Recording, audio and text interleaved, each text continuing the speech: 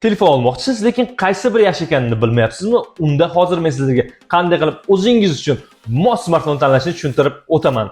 Birinchi navbatda siz narx masalasini ko'rib chiqishingiz kerak bo'ladi. Ya'ni sizga qanday smartfon kerak? Arzonmi, o'rta sinfmi yoki kuchli flagmanmi? Ikkinchi masala, siz telefondan nima maqsadda foydalanmoqchisiz? O'yin o'ynamoqchimisiz, tasvirga olmoqchimisiz yoki shunchaki ishlatmoqchimisiz?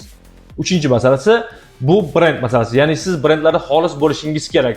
iPhone'da yaxshi ekotizim bor, Samsung'da yaxshi kamera va ekran bor.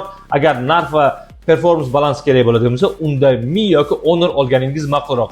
O'yin o'ynamoqchi bo'lsangiz, albatta protsessorlarga yaxshilab ahamiyat bering. Agar sizga tez quvvatlash lozim bo'lsa, unda kamida 33 vattli quvvatlagichga ega bo'lgan smartfon xarid qiling. Ha do'stim, siz qanday smartfon olmoqchisiz? Izohlarda yozib keting. Asosiysi xaridingizni oldindan rejalashtiring. Ya'ni pulni bekorga sarflash hech kimga yoqmaydi. Agar kontent foydali bo'lgan bo'lsa, like bosing, kanalga obuna bo'lishni unutmang.